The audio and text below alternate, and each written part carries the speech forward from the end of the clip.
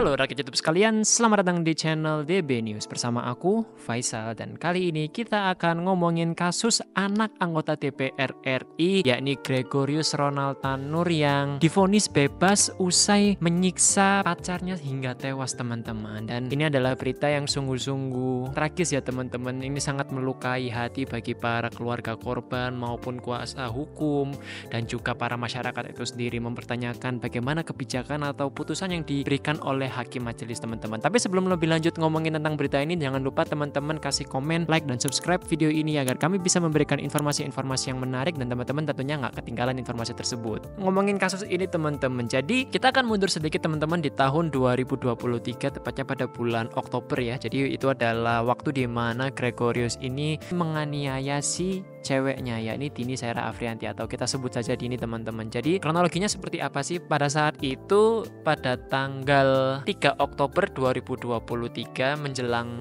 gantian hari ke-4 Oktober ya teman-teman ya. Jadi si Ronald dan Dini ini waktu itu sedang mendatangi salah satu tempat karaoke di Surabaya. Waktu itu ia menghampiri temannya lah ceritanya itu, teman-teman. Dan nggak lama setelah berkaraoke kemudian mereka pulang, dan pada saat perjalanan menuju ke kendaraan mereka, tiba-tiba ada cekcok antara Ronald dan juga Dini, teman-teman. Dan menurut saksi di sana lah momen ketika Ronald ini menganiaya si Dini sampai dipukul oleh botol minuman keras lah dan apa lain sebagainya. Dan menurut polisi ada pengaruh dari minuman alkohol itu juga, teman-teman. Dan ya itulah, makanya jangan minum minuman beralkohol ya teman-teman ya. Tahu diri lah kalau mau minum minuman alkohol. Setelah sampai di lokasi parkir, setelah percekcokan tersebut, setelah penganiayaan yang dilakukan oleh Ronald ya teman-teman. Jadi si Dini ini posisinya pada saat itu sedang duduk di samping mobil Ronald, jadi ada di posisi sebelah kiri. Sedangkan ketika itu kalau nggak salah si Ronald ini mengajak Dini untuk pulang, kemudian si Dini ini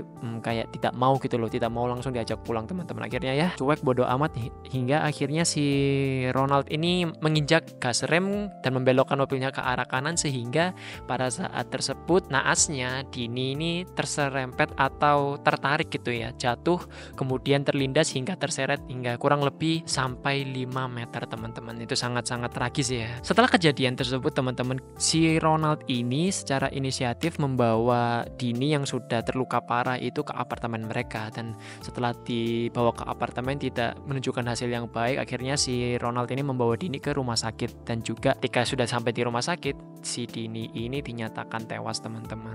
Pasca kejadian tersebut, teman-teman, si Ronald ini akhirnya dijerat dengan pasal 338 KUHP tentang pembunuhan, pasal 351 ayat 1 dan 3 KUHP tentang penganiayaan, serta pasal 359 KUHP tentang kelalaian yang menyebabkan kematian, dan ia terancam dihukum hingga 12 tahun atau diwajibkan membayar restitusi kepada ahli waris Dini sebesar 263 juta. Dan berita terbarunya teman-teman mungkin sudah tahu ya, bahwasanya ada hal menarik di mana hakim majelis ini memutuskan untuk memvonis bebas si Ronald, teman-teman. Dan hal tersebut menimbulkan pertanyaan, apakah keputusan hakim ini sudah sangat tepat atau tidak. Memerintahkan terdakwa dibebaskan dari tahanan segera setelah putusan ini diucapkan, memulihkan hak-hak terdakwa dalam kemampuan penyelidikan dan hak serta martabatnya, menetapkan barang bukti berupa 1 unit mobil Innova Revolt diesel nomor Pol B 1744 ton tahun 2020,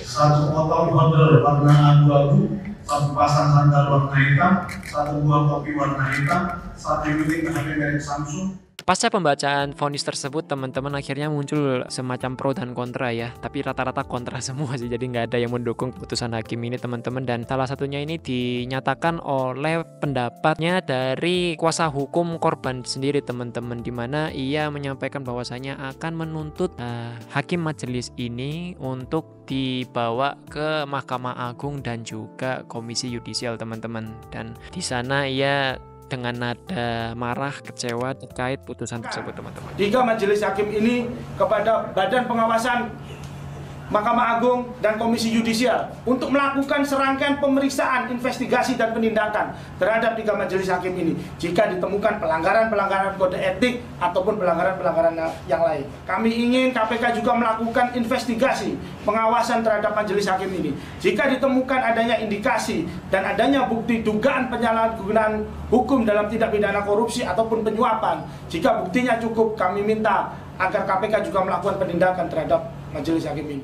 Nah, kenapa sih kok si hakim ini itu bisa memutuskan bebas untuk si Ronald, teman-teman? Dan menurut si hakim tersendiri bahwasanya tidak ditemukan cukup bukti, teman-teman. Dari CCTV yang dijadikan bahan bukti itu tidak cukup memberikan petunjuk untuk Ronald ini dikatakan bisa sampai membunuh si Dini ini tadi, teman-teman. Jadi dari CCTV itu tidak disebutkan bahwasanya bisa cukup buktinya. Kemudian si Ronald ini juga menunjukkan inisiatif yang baik untuk bisa membawa si Dini ini ke rumah sakit. Tapi pernyataan tersebut juga dipertanyakan kembali oleh Kejaksaan Agung mengenai putusan dari hakim tersebut. Rekan media sampaikan tadi bahwa kami melihat hakim dalam perkara ini tidak menerapkan hukum sebagaimana mestinya, ya, atau dalil-dalil yang disampaikan oleh jaksa penuntut umum tidak dipertimbangkan sepenuhnya oleh majelis sehingga hakim membebaskan terdakwa dalam perkara ini. Nah, sehingga kami melihat bahwa perlu dilakukan upaya hukum yang diatur oleh KUHAP dalam rangka menyikapi terkait dengan putusan pengadilan ini. Dan berdasarkan KUHAP ya, dalam pasal 245 diatur bahwa jaksa penuntut umum diberikan waktu 14 hari sejak putusan untuk menyatakan kasasi.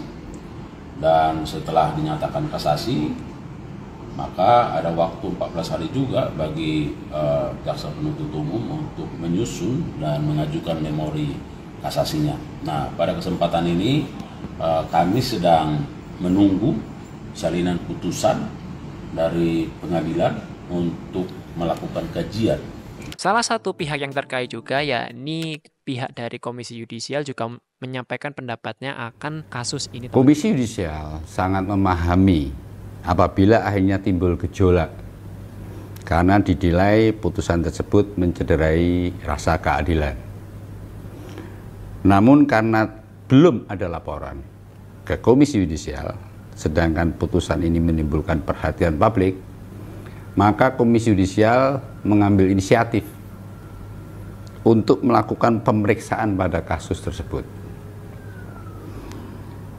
Walaupun KY tidak bisa menilai suatu putusan, tetapi sangat memungkinkan bagi Komisi Yudisial untuk menurunkan tim investigasi serta mendalami putusan tersebut guna melihat apakah ada dugaan pelanggaran kode etik dan pedoman perilaku hakim. Seperti yang saya katakan tadi bahwasanya kasus ini benar-benar menarik perhatian publik, teman-teman, dan juga tentunya para pemangku kebijakan. Dan salah satunya ada anggota DPR RI yakni Ahmad Syaroni yang ia menyampaikan bahwasanya tidak beres atau tidak sehat bagi para hakim ini, teman-teman. Saya sudah sampaikan kemarin, ini hakimnya sakit. Mungkin dia nggak punya seorang anak perempuan yang bisa merasakan bagaimana perempuan ini diberlakukan tidak selayaknya. Yang herannya, jaksa penuntut umum sudah melayangkan 12 tahun penjara, tapi hakim memutuskan bebas. Nah, ini yang gue bilang kemarin, bahwa ini hakim sakit. Dan para pihak harus mengawasi ini dengan seksama, ada apakah gerangan sampai akhirnya divonis bebas. Sedangkan untuk si Ronald sendiri, ia bilang bahwasanya menyerahkan sepenuhnya kasus hukum ini kepada kuasa hukumnya. Dan kuasa hukumnya juga ia mengakui bahwasanya ya sesuai dengan ungkapan dari hakim bahwasanya tidak cukup bukti yang ditemukan bahwasanya Ronald ini bisa dikatakan membunuh si Dini. Tuhan yang buktikan yang benar. Dan sudah ditahan berapa lama? Sudah ditahan begitu lama. Ada mungkin upaya hukum melakukan gugatan? Kenapa? semua saya serahkan pada kuasa hukum aja. Diserahkan kuasa hukum. Terima kasih teman-teman. Memang faktanya dari awal kejadian ini tidak ada satupun orang yang tahu, yang melihat peristiwa.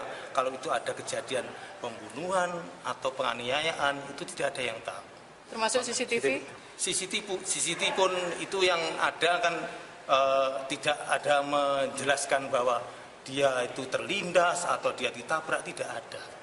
Gambarnya kan dia hanya mobil yang lewat saja. Ya, sayang sekali ya teman-teman ya. Dan ini lagi-lagi menimpa, ceritanya lagi-lagi sama, yakni anak dari pejabat publik ya teman-teman ya. Kayaknya di negara ini anak-anak dari pejabat publik ini bisa bertindak seenaknya gitu loh teman-teman. Itu kan sangat tidak benar ya. Meskipun Anda adalah anak dari pejabat publik, bukan berarti Anda bisa melakukan hak-hak kalian seenak jidat gitu loh teman-teman. Dan itu sangat-sangat tidak disukai oleh masyarakat Indonesia, dan kedepannya hal-hal seperti ini atau kasus ini bisa segera terselesaikan ataupun sudah tidak terjadi lagi gitu ya.